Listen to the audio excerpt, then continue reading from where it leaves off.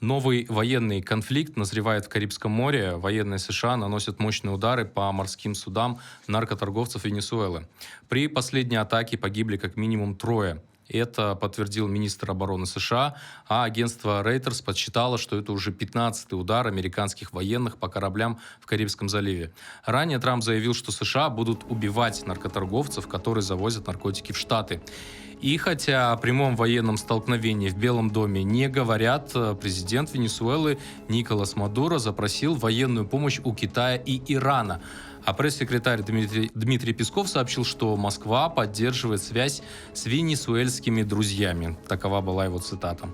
Ситуация усугубилась после того, как стало известно, что Соединенные Штаты развернули крупнейший военный контингент в Карибском бассейне со времен Первой мировой.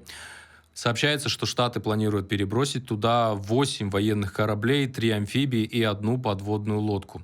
Мадуро неоднократно заявлял, что цель США не столько борьба с наркокартелем, сколько лишение его власти. Но сам Трамп в пятницу опроверг информацию о том, что он рассматривает возможность нападения на Венесуэлу.